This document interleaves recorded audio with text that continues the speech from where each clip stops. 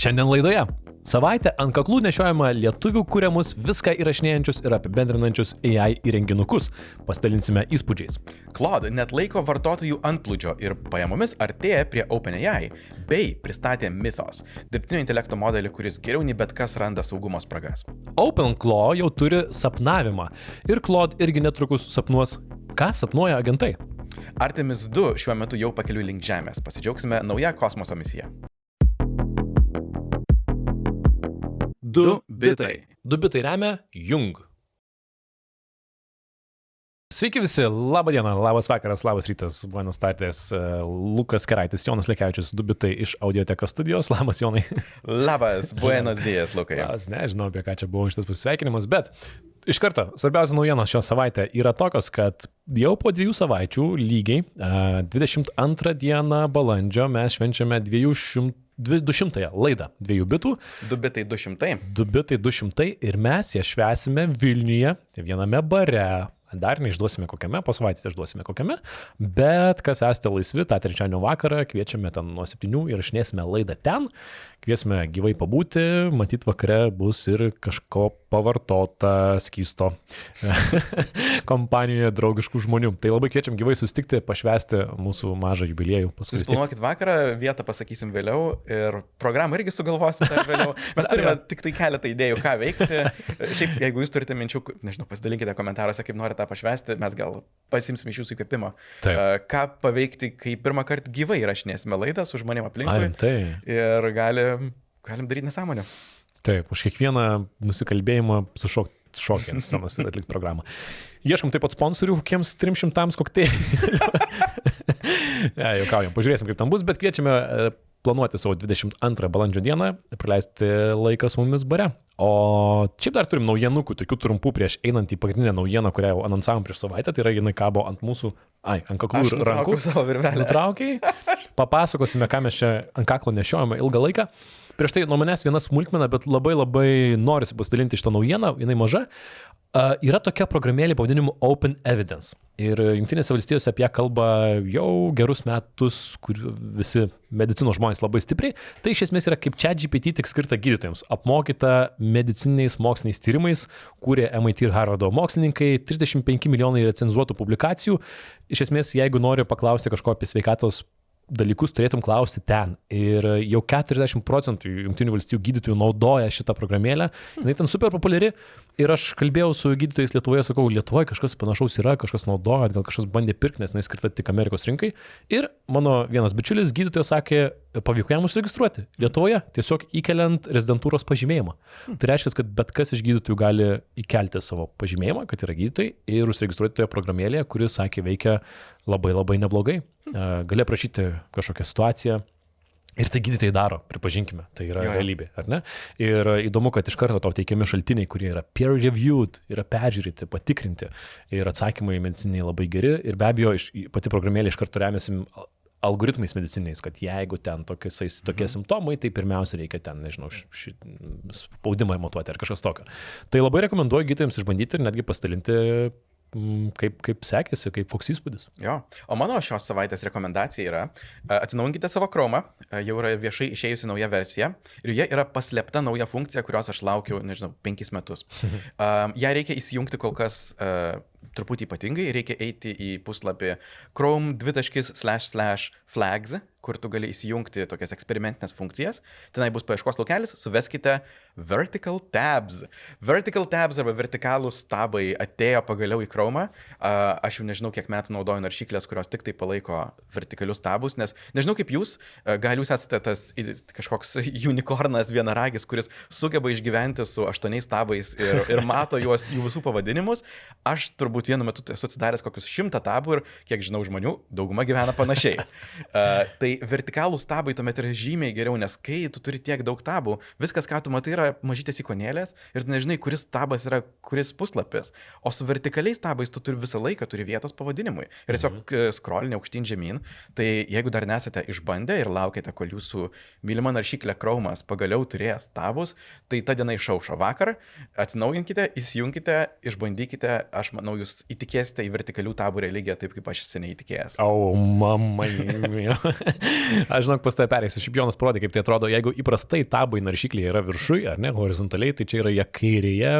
Ir iš tikrųjų logiška, kai ekranai į mūsų yra tokie pailgi. Taip. Tai aš pereisiu į tavo religiją, neužilgo reiks išbandyti, visai logiškai tai skamba. Šlovė vertikaliams tabams. Išbandysim. Gerai, tai tiek tikriausiai tų smulkių mūsų pokalbių, o kalbant apie naujienas, tai, norisi pristatyti šitą mažą baltą įrenginuką. Kas čia per logotipas, kas čia vynuogių keikėje?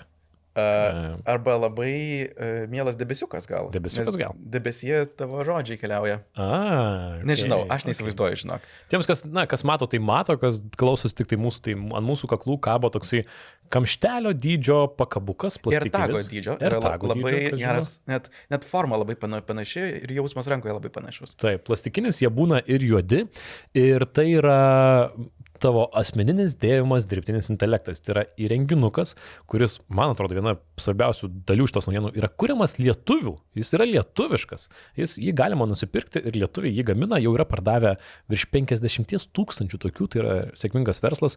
Šitas įrenginukas palaiko 100 kalbų, pakrautas laiko apie savaitę ir gali būti ant kaklo, arba taip pat dar gali būti kaip laikrodis ant riešo, ties pasakius, tada garso kokybė yra geresnė. Ir beje, net man jis labai patinka. Aš sakau, nutraukiu virvelę biškai per daug žaisdamas, bet aš po to pradėjau galvoti, jog net būtų visai smagu, jis, kadangi atrodo kaip AirTagas, tai aš net galvoju pasidaryti tokį adapteriuką prie raktų pasikabinti, žinai.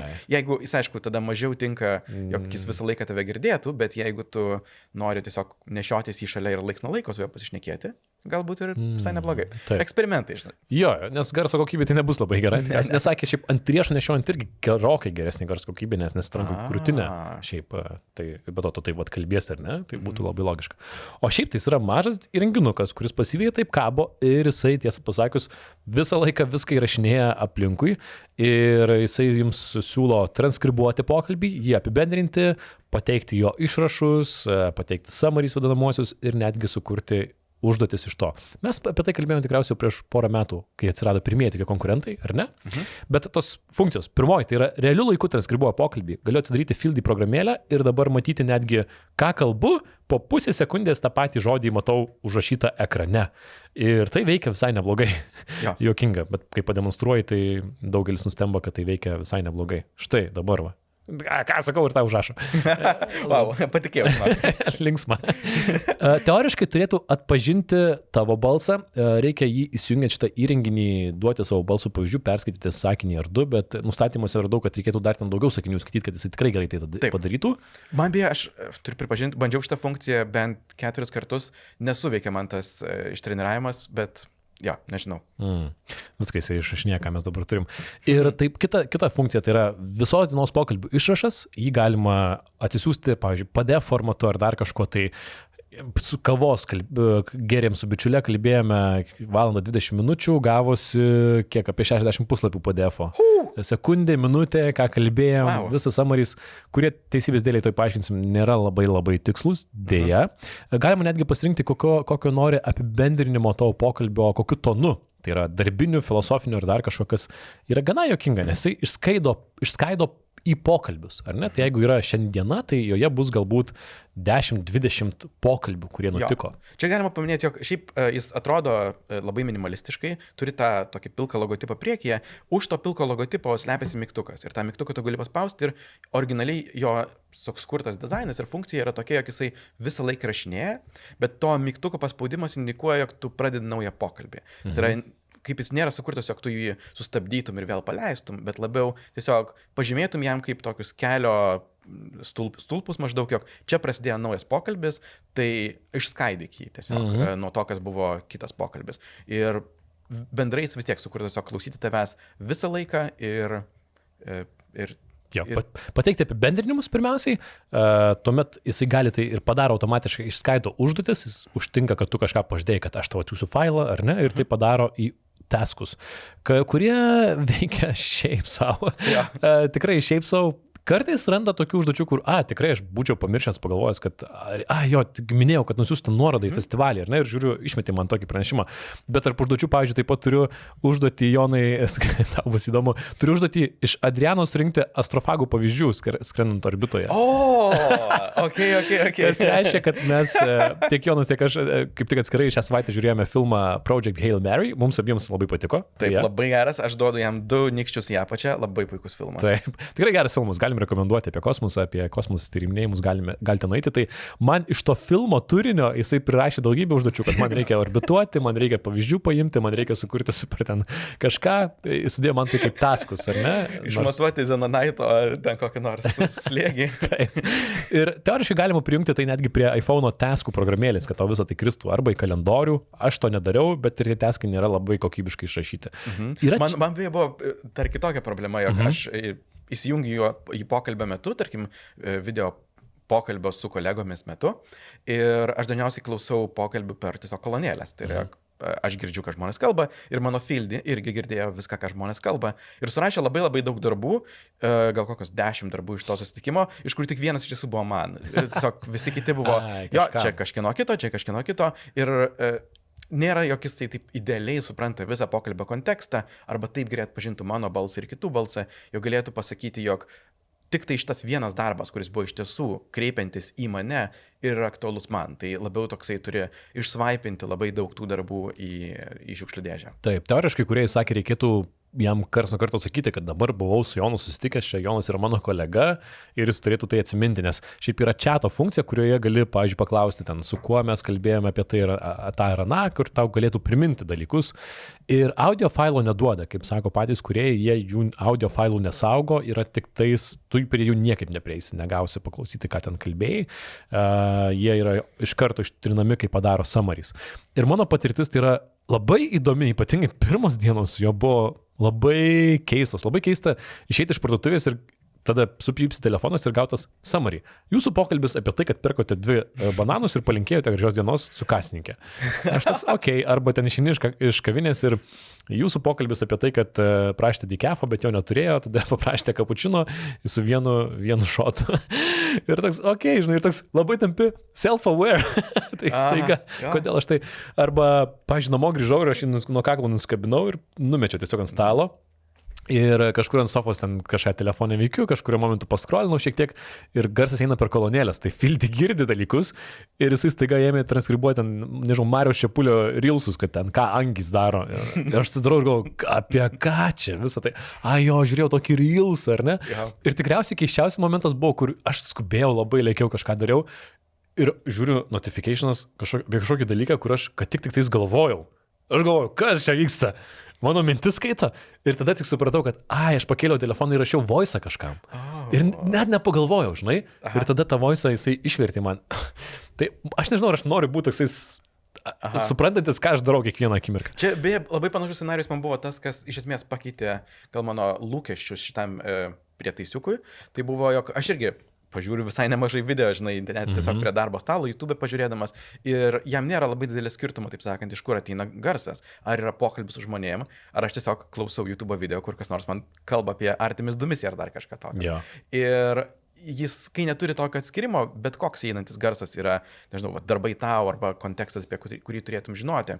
Ir dar supratau, jog aš galbūt per daug tiesiog klausau gyvenime dalykų turinio, tam, jog tiesiog toks nuolatinis pasyvus klausytojas man būtų labai aktualus. Ir aš nesu tas žmogus, nežinau kaip tarkim, žinau, jog jie yra labai populiarūs tarp gydytojų, kurie nori tiesiog transkribuoti savo pokalbius su klientais ir juos pasiversti užrašais.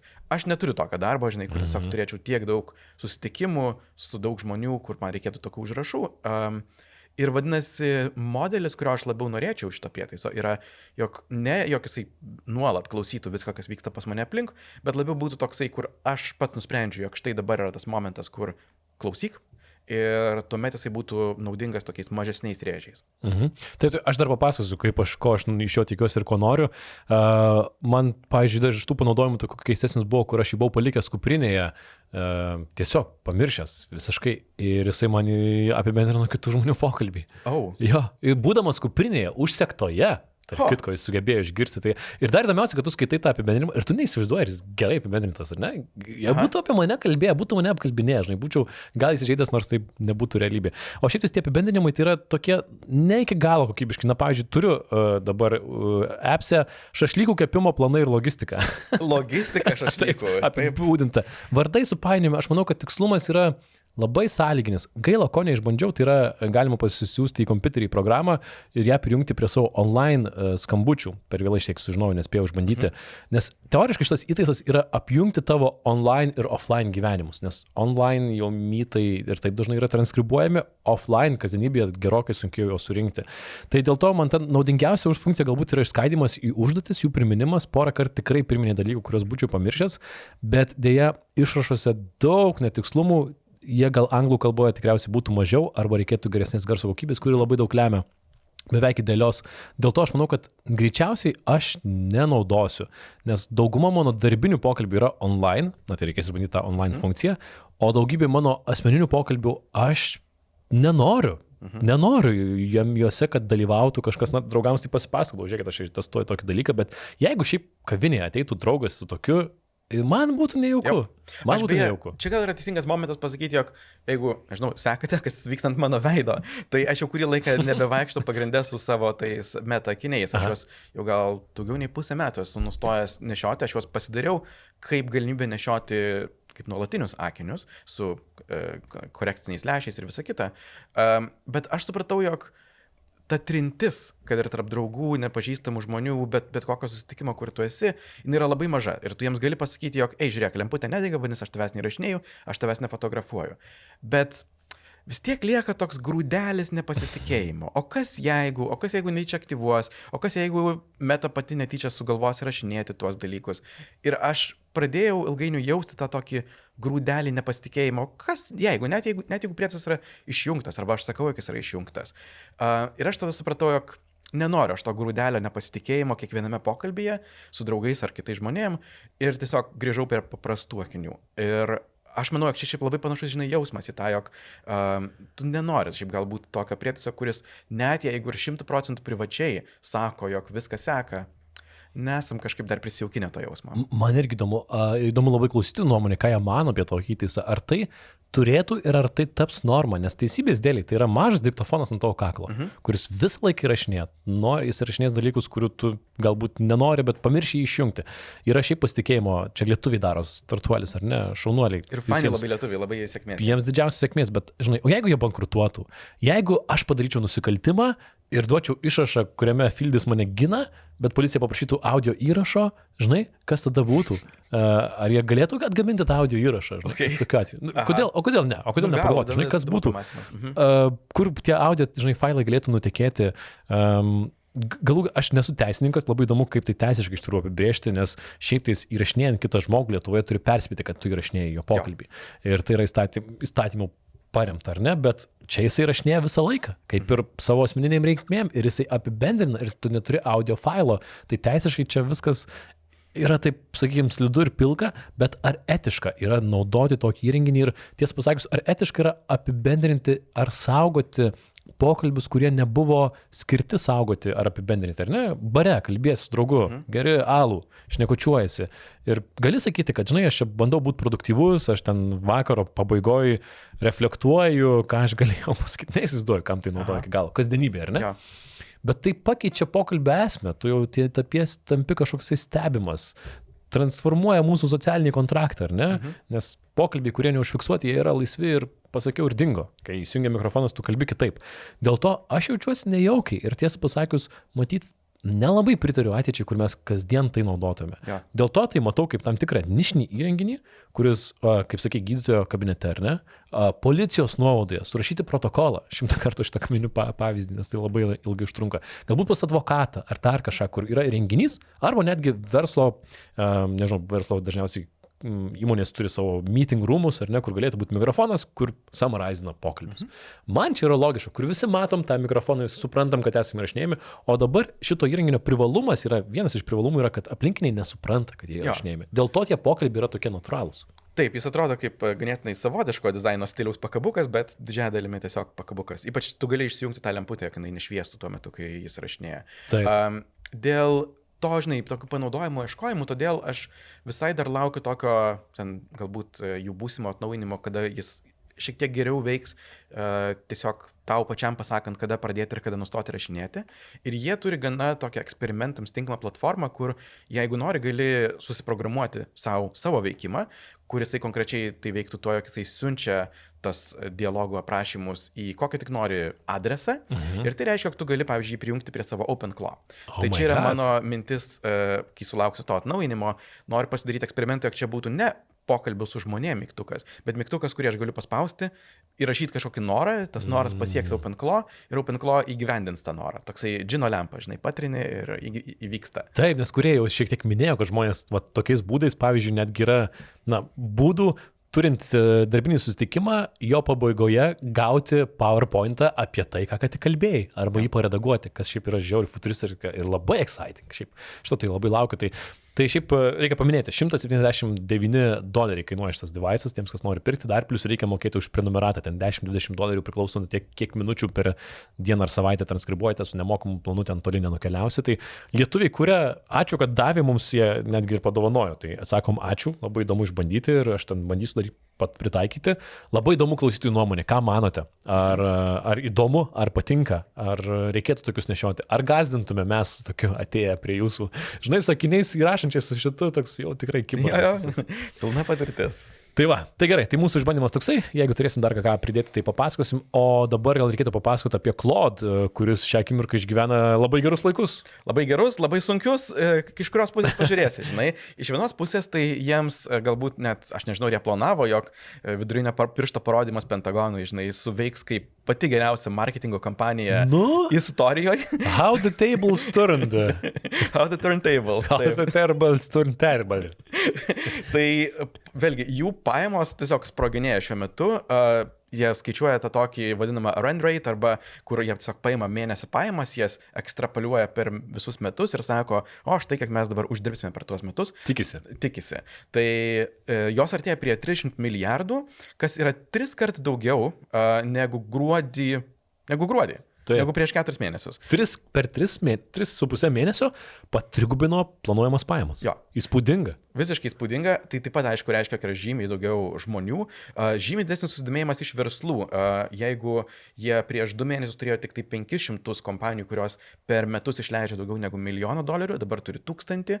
Ir bendrai panašu, kad pajamom artėja, galbūt dar neaplenkė OpenAI, bet jie jau nebėra toksai mažasis broliukas šalia OpenAI, visiškai tolygus savo svorių ir pajamamų konkurentas. Ir tada antra naujiena su to susijusi yra, jog pajamos gal ir pasivijo OpenAI, bet jų investicijos į serverius buvo galbūt planuojamos, jog jie būtų šiek tiek tas mažasis brolis ir nebeatlaiko. Jau 2 dienas, balandžio 6 ir 7 buvo rimtų sutrikimų, kur Claude dalinai arba pilnai neveikia, nes tiesiog per didelis rautas tokiam antplūdžiui naujų žmonių. Kokia gera reklama.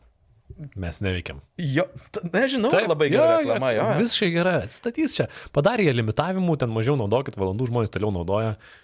Visiškai seksi, čia geras žingsnis, viskas jiems gerai sekasi. Tie apribojimai, nežinau, jis visą laiką buvo toksai gana greitai užsibaigiantis, bet dabar jis yra kosmiškai greitai užsibaigia. Aš vakar ruošiausi šitai laidai ir po 1 žinutės jisai sakė jau, limitai baigėsi, grįžk po 6 valandų, kai atsinaujins. Ir aš nesu matęs, jog taip greitai tie limitai būtų subirėję. Bet čia Opus tikriausiai naudoja. Opus naudoja. Tai jisai greitai pasibaigia. Bet vėlgi, kaip yra sunku turėti gerą patirtį, kai tu, žinai, parašai vieną žinutę, jisai atlieka tą darbą neblogai, tiesa ne taip gerai, kaip jis atlikdavo jį prieš savaitę ar 2, tai reikės dar ir tą apšnekėti. Ir tas sako, grįžk vėliau. Ir jeigu nori, jog mes veiktume be sutrikimų, tai mokėk žymiai didesnės sumas per, taip sakant, API, o ne prenumeratos mokesčius.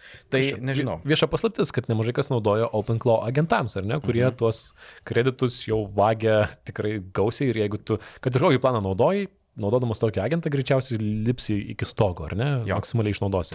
Ir su tuo yra susijusi dar viena naujiena, tai balandžio 4 dieną buvo jau oficialiai pateiktas toksai Claude ir Anthropic paaiškinimas, jog jie draudžia naudoti Claude su OpenClaw.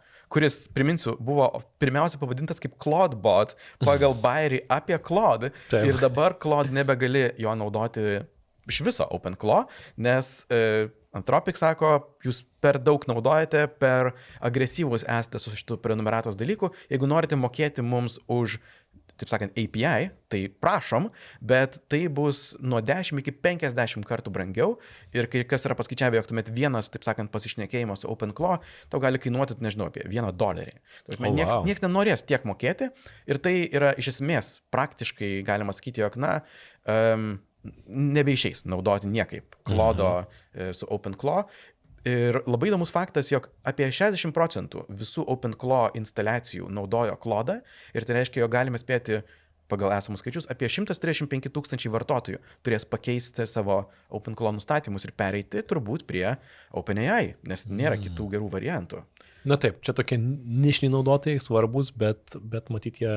Šiaip ar taip, tai geros naujienos, kad tu nespėjai augti, yra gera naujiena, ar ne? Aš manau, galbūt, vėlgi, jiems tai šiuo metu kainuoja labai daug, nes OpenAI, jie buvo šiek tiek labiau YOLO su savo visų finansiniu planavimu. Jie žymiai labiau metė 100 milijardų į būsimą poreikį šitų komputavimo pajėgumų. Claude'as, net ir Dario Amodei interviu yra sakęs, jog jam atrodo nelogiški tie visi investavimo kiekiai, ką daro OpenAI. Jis sako, jog mes paskaičiavome, kiek galime savo saugiai leisti į infrastruktūros investicijas ir mes investuojame tik tai tiek.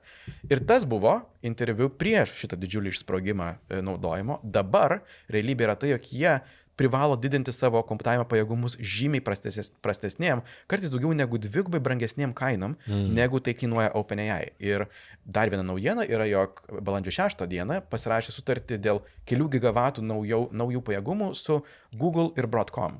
Konkrečiai Google yra, galima sakyti, jų tiesioginis konkurentas ir jie turės jiems mokėti šiuo metu rinkos kainą, kur yra žymiai didesnė, negu jeigu būtų investavę prieš kelis metus į tuos naujus duomenų centrų pajėgumus.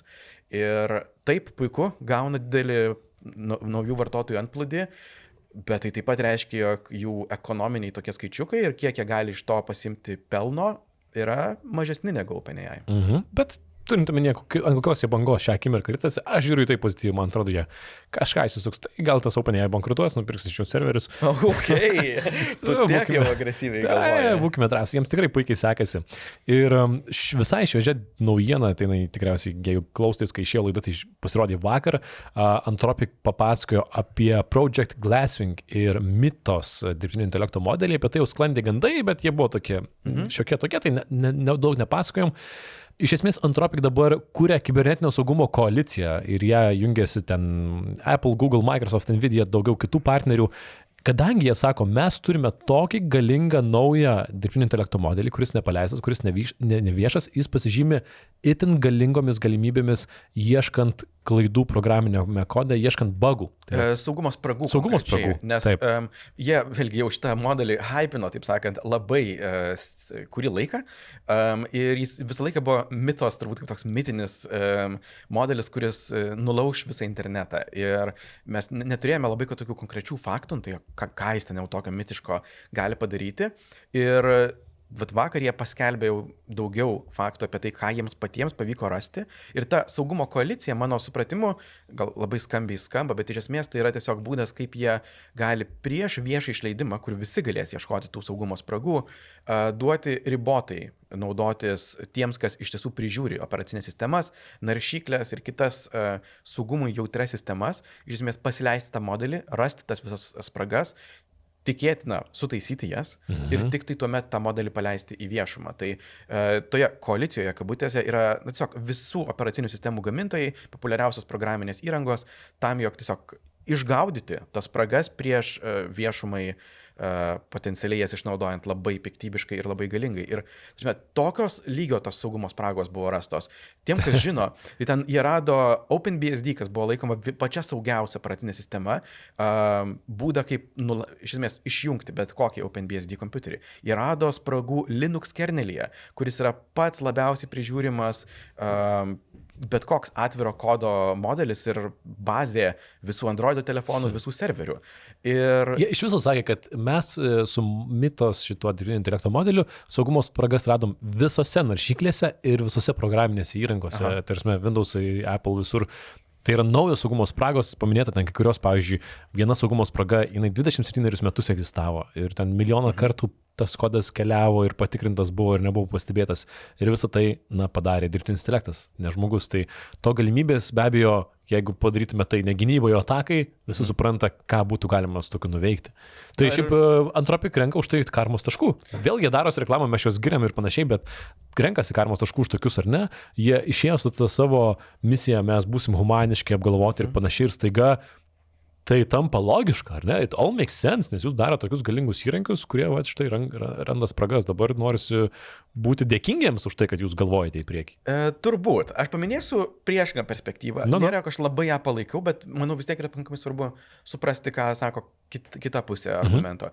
Tai yra, jog Anthropic ypač yra kompanija ta, kuri labiau net negu OpenAI nori užsitikrinti tą vadinamą regulatory capture. Tai yra, kur įtikinti valstybės, jog jų kūriama technologija yra tokia galinga, tokia pavojinga, jog ji negali būti niekaip atvira ir prieinama visiems. Ir, jog, taip sakant, čia yra technologija, kur yra baisus baubas, jį reikia super prižiūrėti, neleisti žmonėms pasileisti savo modelių, viską leisti tik tai per jų serverius ir taip toliau. Leiskit mums daryti. Ir geriausias būdas tą užtikrinti yra tokios pasakos prieš miegą, kur baubas išlys mitos, kuris suvalgys visas operacinės sistemas ir visas naršyklės ir ras bugus visur. Vadinasi, net nebandykite legalizuoti laisviau dirbtinio intelekto naudojimu, kaip tik labiau uždrauskite, reguliuokite, kas gali pirkti grafikos plokštės, nežinau, iš tos serijos, žinai. Ir Dario Amodei čia buvo strategija visą laiką. Jis labai mėgsta apie tai kalbėti, kokia pavojinga technologija yra dirbtinis intelektas. Tai čia Anthropic pozicija, ar ne? Jo. Ir aš matau, kokie yra jų rezultatai. Aišku, galbūt jie truputuką išpučia tą burbulą, kokio galingumo yra tos spragos, bet vėlgi rasti saugumo spragą Linux kernelį yra ne juokas. Taip. Ir tai aš tikrai matau labai smarkiai abi pusės ir galbūt net pats linkstu prie to, jog galbūt jie iš tiesų rado tą mitinį modelį, kuris yra tikrai labai pavojingas, bet jie taip pat turėjo tą istorinę tendenciją truputį išpūsti per daug. Tai gal kažkur per vidurį. Sąžininga, bet šiaip ar taip tai yra pakankamai geras dirbtinio intelekto modelis saugumo spragų paieškai, tai yra automatizuotas būdas ieškoti saugumo spragų. Tai reiškia, žala, kurią gali padaryti, yra tiesiog taip pat automatizuota ir labai labai plati. Tai aš šiaip vis tiek galvoju iš visų, kas galėjo tai sukurti, atrasti, ar ne, ar OpenAI, ar kiti, tai džiaugiuosi, kad Anthropic to užsiema kažkodėl. Galbūt jau mane jie nori dar papirko. Tau tokią teorytę, su kuria dar nesidalinau, papasakosiu. Papasakok, Viskas yra grynai iš to pavadinimo mitos. Tai OpenAI jie mėgsta vadinti savo modelius ne kaip ten ChatGPT daro su tenai mini ir pro ir taip toliau.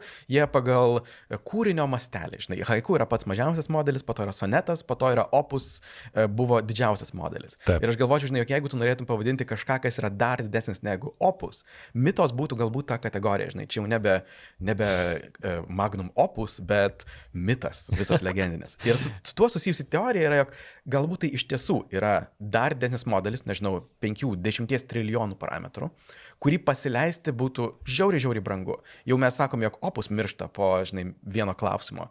Galbūt mitos bus toks brangus, jog jis net nebus prieinamas su standartinė prenumerata. Jisai bus skirtas tik tai verslo klientams, kurie norės mokėti už žiauriai brangius paleidimus, bet tai puikiai atitiktų jų strategiją. Tai yra, nes tikrai bus daug įmonių, kurias leistų savo sumokėti, žinai, $10,000 už tai, jog surasti vieną saugumo spragą. Jos sumokėtų turbūt ir $100,000. Ir vadinasi, tai nebūtinai turi būti viešai prieinamas modelis, jeigu jis yra iš tiesų tokio mastelio, kaip aš spėju. Tai vėlgi, ėjimas į verslo kategoriją toliau nuo žmonių. Geras. Bet čia grinai teorija. Taip, bet jis gerai daro vieną dalyką ir Anthropic yra pozicijoje, jie turi gerus agentiško kodo rašymo įrankius, jie yra geroje pozicijoje pasiūlyti tokį dalyką, tai visai logiška ir sąžininga.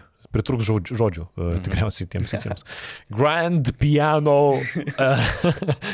piano modelis, nežinau, reiks sugalvoti kažkokių naujų.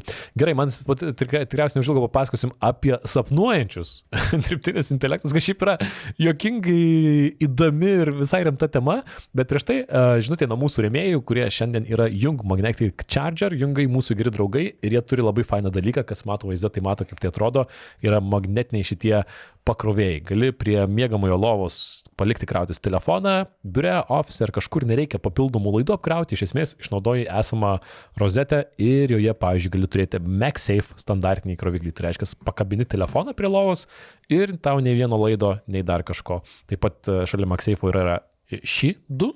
Čia iš esmės tas pats. Šį2 ir MagSafe yra daugmaž tas pats standartas. O kas skiriasi jie? Iš esmės, Apple sugalvojo MagSafe kaip savo telefonams ir tada tam, jog Androidai neišrastų savo variacijų, o mes padarysime šiek tiek mažesnį magnetinį apskritimą, jie iš esmės paleido MagSafe kaip atvirą standartą, kurį pavadino Qi2. Ok, aš galvoju, čia atskirai sukūrė, bet labai fainai, kad paaiškinai. Taigi, tiems, kas galvojate apie tokį išmanų naudingą dalyką, nereikia apskrauti laidais, norisi krautis telefoną prie lovos ar kur patogu, tai visa info yra apraše. Jung Magnetic Charger. Pažiūrėkit, kokių gražių spalvų yra ir tikrai išsirinksit bent vieną iš kitų. Vieną iš daugelio. O mes keliaujame į kitą naujieną apie sapnuojantį dirbtinį intelektą.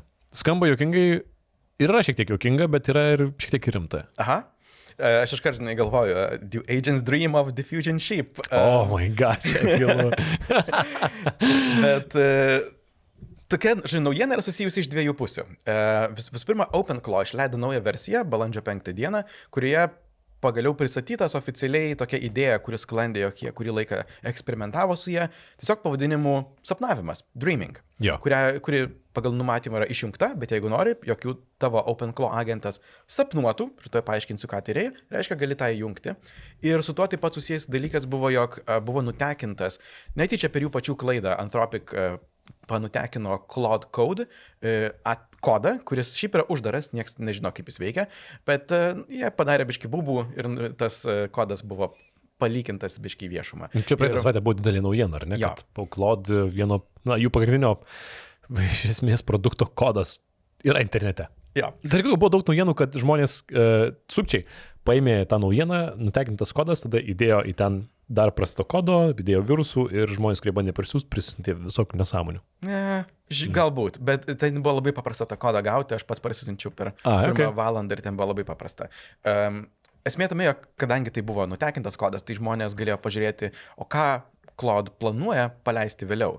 Ir viena iš tų funkcijų, ką jie planuoja padaryti, buvo autosapnavimas arba tiesiog sapnavimas. Ir, žodžiu, tai dabar jau turime jau dvi sistemas, konkuruojančias galima sakyti tarpusavyje, kurios abi eksperimentuoja su sapnais. Ir kasgi tai yra? Iš esmės, tai yra galbūt net pakankamai arti žmogaus sapnų analogijos. Jie pastebėjo yra, jog sistemos, jos dabar turi tą atminties kaupimo principą, kur jos peržiūri, tarkim, po dienos arba po sesijos, apie ką buvo kalbėta ir susikonspektuoja savo svarbiausius faktus. Problema su šitu tokiu atminties kaupimu yra, jog yra tokia besipildanti atminties krūva, kur ilgainiui pradeda labai daug kartotis. Jie yra pastebėję, jog, pavyzdžiui, po 10 sesijų 30% informacijos yra pasikartojanti tarp tų atminties konspektų, nes, kalbė apie panašius dalykus ir jisai užsirašo savo atminti panašius dalykus. Ir čia suprato, jog, tiesiog reikia procesų, kurie konsoliduotų tą atmintį, jisai pašalintų kažkokius sutapimus, duplikatus, bet taip pat galbūt išvestų bendras tendencijas, apie ką yra bendriau kalbama. Tai yra tiesiog atminties peržiūrėjimas ir jie net yra identifikavę 3 lygius, taip kaip žmonės turi skirtingus sapnavimo lygius, žinai, lengvas miegas, gilus ir REM miegas. Ir juos visus 3 yra įgyvendinę OpenClaw, pavyzdžiui, nes tame lengvame lygyje jisai peržiūri visą šviežią atmintį, pašalina duplikaciją tarp praeitos atminties.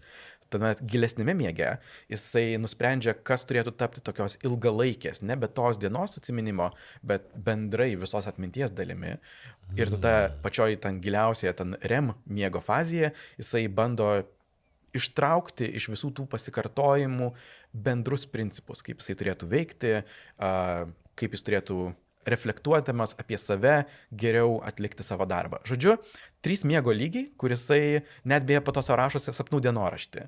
Ką jisai besapnuodamas kokias išvadas padarė ir kaip pakeitė savo atmintį. Labai įdomu, nes mes patys turbūt negalim taip paprastai pažiūrėti savo sapnų, bet galim paskaityti savo agentų sapnus. Geras. Ir kaip suprantu, vis tai vyktų naktį greičiausiai, arba kada tas agentas yra nenaudojamas, ar ne? Jeigu jis dieną yra aktyviau naudojamas, tai naktį ar kažkada vakare, arba po sesijos jisai užsimtų tuo miego, kas šiaip yra, toks irgi pripažinkime, tokio viešosios, tokio PR šiek tiek triukas, miegas skamba čia labai kietai, bet visi dirbtinis intelektas įsikvėpia į žmogaus smegenų, tai Būtent, tie patys reasoning models, ar ne, tai yra mąstantys modeliai, kurie užsiema metakognicija, tą patį, ką daro žmogus, mąsto apie savo mąstymą. Tai idėja tai yra visai įdomi ir geniali. Taip, ir žinai, kai tu galvoji apie štai mums reikia proceso, kuris peržiūrėtų kiekvieną naktį atmintis ir atliktų tam tikrus atminties konsolidavimo procesus. Tai yra miegas. Ir aš nekiek nesipiktinu tuo, jog tą vaidina kaip žmogišką kažkokį terminą, nes beveik visi principai kyla iš to, kaip žmonės, kokią funkciją žmogaus atmintyje atlieka miegas. Tai džiaugiuosi, žinai, jog tą pavadino ir OpenClaw, ir Claude, ir tai yra labai aiškiai suprantama savoka. Jie veiks truputį skirtingai. OpenClaw veikia labiau ant ciklo, kas gali pasirinkti arba kiekvieną naktį, arba kas 6 valandas padaro tą miego procesą. Claude'as veiks labiau tarp sesijų. Tai yra, jog, kai supranta, jog tu jau kurį laiką jo nebenaudoji, tada jis gali truputį pasnūduriauti ir apsibendrinti atminti, kas nutiko. Tai skirtingi principai, bet visai įdomu. Kažin, kuris garsiau knarkia iš jų. Kaip manai, Claude'as ar... Žinau, OpenClaw, nes aš girdžiu, kaip tas serveriukas burzgia mano spintoje. Ne? Normaliai. Įdomu, ar spardosi miegodami ir įdomu, ką sapnuoja, ir įdomu, ar bus košmarus. Ir ar bus, žinai, sakys, įsivaizduok, kalbės savo agentu ir sakai, padaryk tą areną ir sako, žinai, čia man pusvalandis prieš miegą, aš nenoriu to daryti, nes paskui man labai prasti sapnai bus. Čia šiaip daug dalykų galima prifantazuoti. Aš laukiu, kas kada padarys kokią nors, nežinau, įskiepi į jų tą sapnavimo procesą ir galės vizualizuoti, kas vyksta tuo metu, žinai, sapnuose ir galės stebėti. Žodžiu, wow, įdomu. Tai, žinai, jeigu jie dabar, pavyzdžiui, OpenClaw kaupia tą sapnų dienoraštį, kuris yra labai paprastas, ten tiesiog jo grafiniai sąsajai gali tiesiog atsidaryti ir skaityti, ką jisai kiekvieną naktį prisapnavo. Tai, žinai, gali tiesiog paleisti tą vaizdų generavimą ir gauti. Aišku, tai bus sapnai apie tave, nes jisai tiesiog, jo visas gyvenimas esi tu ir tavo norai ir ką jis tau tenai suprogramuoja ar pagamina. Bet taip, matytum sapnus apie tai, ką jis dirba tą dieną. Taip, bet atsitraukiant pati konceptualiai idėja, kad kadangi šitie agentai vis renka daugiau informacijos apie savo vartotoją, apie savo darbą, kad jiems iš tikrųjų nelogiška turėti visą ją tokią plačią ir reikia kažkuriuo momentu apibendrinti, kažko atsisakyti, ką smegenys, bent šią akimirką, kiek aš žinau, kiek žinom apie tas, kas vyksta su smegenimis miego metu, daug nežinoma, pašalina viskas, ko nereikalinga, ar ne, visokius medžiagas cheminės, kurios yra šiukšlės mūsų smegenyse. Neįtikėtina. Žinai, ką pagalvojau, kas būtų labai linksma sujungti su pirma mūsų Fieldy naujiena. Fieldy klauso tavęs visą dieną ir jie jau dabar turi tą funkciją, kur tau kiekvieną dieną išsiunčia tavo dienos apibendrinimą. Ir jis yra ganėtinai toks smagus, įdomus, jis ištraukia pačius svarbiausius momentus. Bet galbūt tą visai įdomu sujungti su tokiu sapnavimo procesu ir vizualizuoti tą dieną kaip tam tikrą iliustraciją. Žinai, apie ką buvo diena, kaip atrodė Fieldy sapnas, apie tai, ką išgirdo tą dieną. Žinai ką, aš turiu idėją. Aš turiu idėją. Vibe code. Darom kitą startupą. Žinai, kur mano tas labai mėgstamas yra mokslinis tyrimas, kuris pademonstravo, kad galima užsidėjus encefalografą, tai yra skaityti smegenų bangas ir iš jų gauti informaciją, pavyzdžiui, ką maždaug žmogus mato, ar ne šunį, katę, lėktuvą ar panašų dalyką.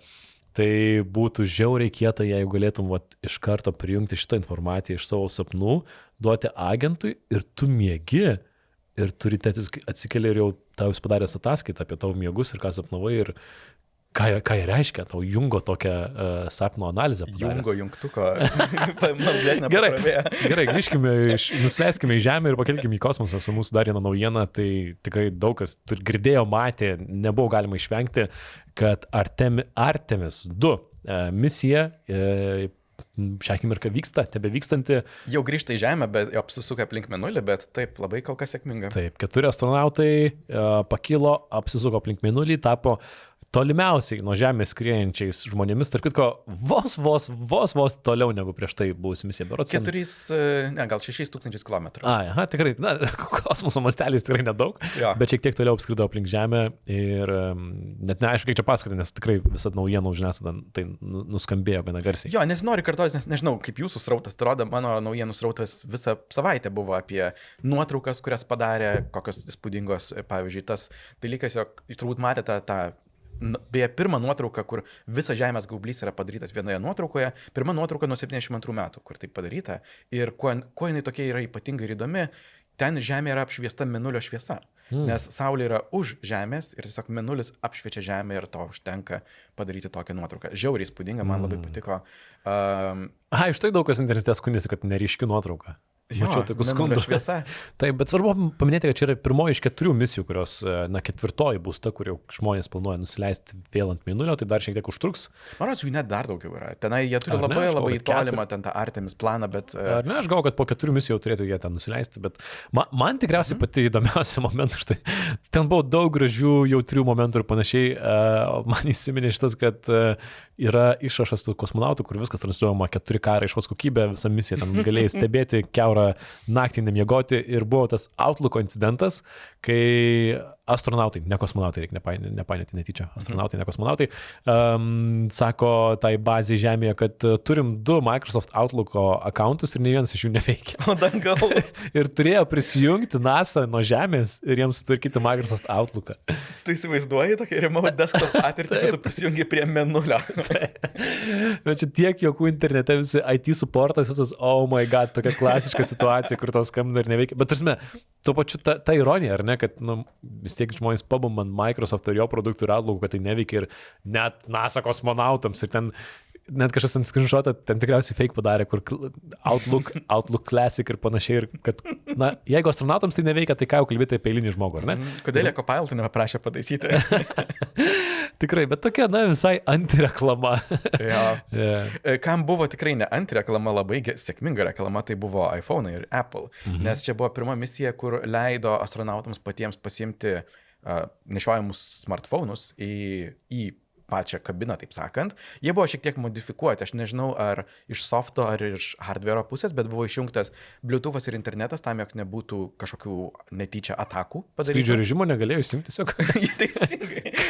Ką tas skrydžio režimas tada? Ten, matai, ten yra lėktuvo režimas, jie buvo už žemės kabinoje. Supratau. Neveikia turbūt. Bet vėlgi, daug nuotraukų jie dalinosi tiesiog padarytų per iPhone'ą, įskaitant net padarė vieną nuotrauką su 8x zoomu, kur ten mėnulio paviršių priartinu, kas yra šiaip truputį gal juokinga, ta prasme, jie turi tiek daug kosminės technologijos ir tada paspaudžia mygtuką 8x zoom ir nufotografuoja mėnulį. Žinai, vis tiek story nori įsikelt, pirmiausia, ten tie moksliniai tyrimai paskui. O tas kadras, kur Nutella praskrenda ekrane, čia fake buvo? Ar to nemačiau, žinok. Negali žinau, dabar aš mačiau tokį kadrą, kur praskrenda Nutellos skardinė kosmosą. Ten tarp jų ir galvoju, oh my god, nebežinau, ar čia tikra ar netikra. Gal jie turi Nutellos ir batono kosmose? Nes tada ir aš noriu. Žodžiu, tai džiaugiamės už žmonės. Galbūt reikėtų paminėti kitą naujieną, mažiau apšviestą, bet susijusią su kosmosu. Tai yra SpaceX kompanija užpildė savo IPO, tai yra planuoja tapti viešai listinguoja įmonė. Tiesa, oficialiai to nepadarė. Čia yra slapti šaltiniai. Apie tai kalba Reuters ir CNBC, jog jų šaltiniai sako, jog jau buvo pateikta deklaracija SEC, kas tai Amerikos tokia agentūra, kuri tvarko visus šitas deklaracijas, bet viešai tai dar nėra išėję. Gerai, tik apie tai kalbam, atrodo, čia vieša informacija. Aš net galvoju, jie specialiai tai darė susijęs su Artemis misija ir su netgi, nes nori viešumo, bet supratau. Tai žodžiu, jie planuoja būti viešai listinguojama įmonė ir būtų tikrai nemaža viešai listinguojama įmonė SpaceX, jeigu taptų nebe privačia. Jo, tai galbūt būtų net arti trigubai didžiausio viešo pasiūlymo istorijoje. Žiūrėjau, kol kas yra spėliojama, bet šaltiniai kartojasi, tai panašu, jog tokie skaičiai yra tikėtina, jog jų siūloma SpaceX vertė yra 1,75 trilijonai, kas beje sutampa su mano metų spėjimu, aš spėjau, jog bus tarp 1,5 ir 2 ar kažkas tokio. Rimtai? Ir į viešumą turėtų paleisti arba leisti naujų akcijų išpirkti už $75 milijardus, kas vėlgi yra žymiai daugiau negu paskutinis rekordas Saudi Aramco buvo apie 30 milijardų. Tai labai spūdinga. Kada tai turėtų būti viešai labiau pristatyta, tai birželio 8 turėtų paleisti tokį jau visą cirką, kur prezentuos, kokia tai yra puikia kompanija, kodėl reikia investuoti.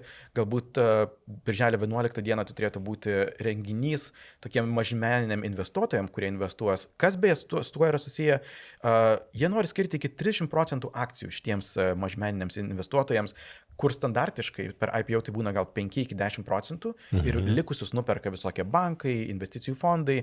Čia būtų labai labai daug paprastų žmonių, kurie nori aktyviai nusipirktų ir savo portfeliuose turėtų SpaceX. Taip, nes kompanija šitai poreikis yra Na, interesuotų žmonių tikrai yra. Ir ne, jinai kaip privačiai finansuojama, tai taip lengvai neįsiprašysi tuos būti vienu iš investuotojų.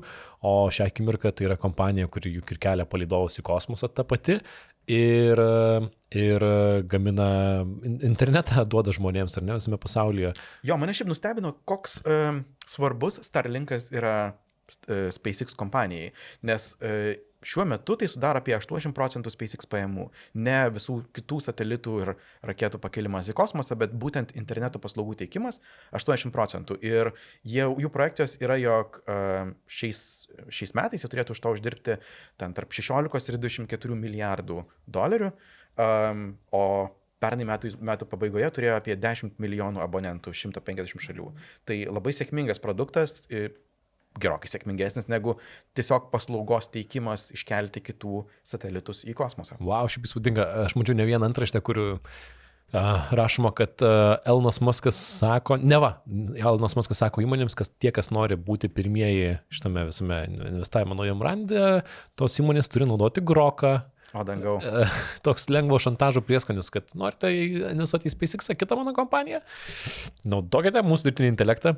O šiaip įdomu, kiek praturtintų tai Eloną Muską, kuris šiaip vis dar tikriausiai turtingiausias pasaulio žmogus, bet čia yra kalbų, bent tokių spėjimų, aš nežinau, kiek tai realu, kad jisai nori būti pirmuoju triljonieriumi žmogumi pasaulyje, tai gal to ir nepavyktų padaryti, bet kišenę papildytų Elonui Muskui, kurios ir taip pilnos visai, dar labai stipriai.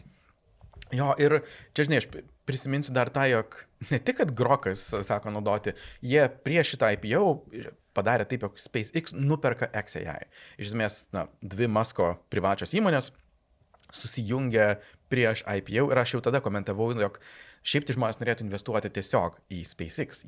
Aš nemanau, kad yra toks didelis entuziazmas investuoti į šitą ganėtinai įtartiną AI laboratoriją pavadinimu XAI. Bet tai taip pat yra būdas Muskui legitimizuoti ir gauti iš tiesų tikrus dolerius, taip sakant, tikrą rinkos vertę XAI projektui, priklijuojant jį prie tikrai sėkmingo SpaceX'o. Tai gali būti jokiais tokių kabutėse šantažų, žinai, paleis dar daugiau, nes jis žino, kaip žmonės nori SpaceX ir jis gali daryti labai daug ką, uždėti daug papildomų apribojimų tam, jog prileisti žmonės prie šitos investicijos.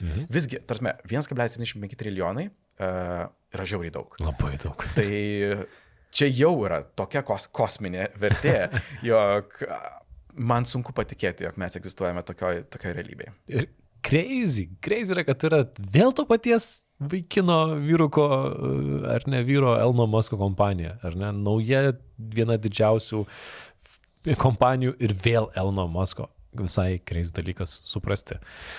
Pabaigai, man atrodo, spėjau kokį dar vieną naujieną, ar ne? OpenAI nusipirko kažkokį tais podcastą. Kas iš to? Aš tik girdėjau, man neskauda. Aš išsidėjau šitą naujieną dalyką. Iš tiesų nusipirko, kaip sako, už žemus 100 milijonų, tai nežinau, spėkime, tarkim, 150 milijonų. Jie nusipirko tiesiog technologijų podcastą. Ne mus. Įsivaizduoji? O bet... tu netrašėjom į e-mailą? O dangau. Rašė, Semas sakė, čia tikrai aš, sakė Semas čia. Tai ten yra dviejų bičiukų podcastas, kurie kiekvieną dieną įrašinėja po 3 valandų laidą, kur kalba apie pozityviai, apie technologijų naujienas. Ta prasme, vėlgi. Kasdien 3 valandas? Kasdien 3 valandas.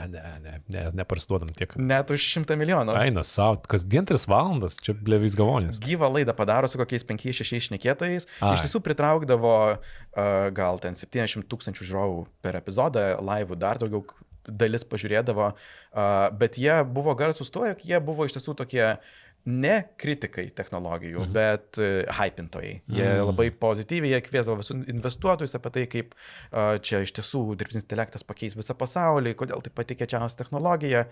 Tokie super pozityvai, aš manau, labai tai sutampa su Sam Altmano vaibu. Jam norisi žmonių aplinkui, kurie taip kaip jis hypina viską be galo, be proto, be realybės, žinai, sunkumų, turėti tokią galbūt komandą, kuri kurtų tokį pozityvų turinį, teoriškai yra puiku, ko aš nesuprantu ir ko daug analitikų nesupranta, kodėl tam jos reikia nusipirkti. Nes jau ir taip, žinai, pakviesdavo Sam Altmaną pahypinti naujus modelius, dabar visiems tik tai kils daugiau klausimų, ar jie hypino todėl, jog jie priklauso OpenAI ar ne.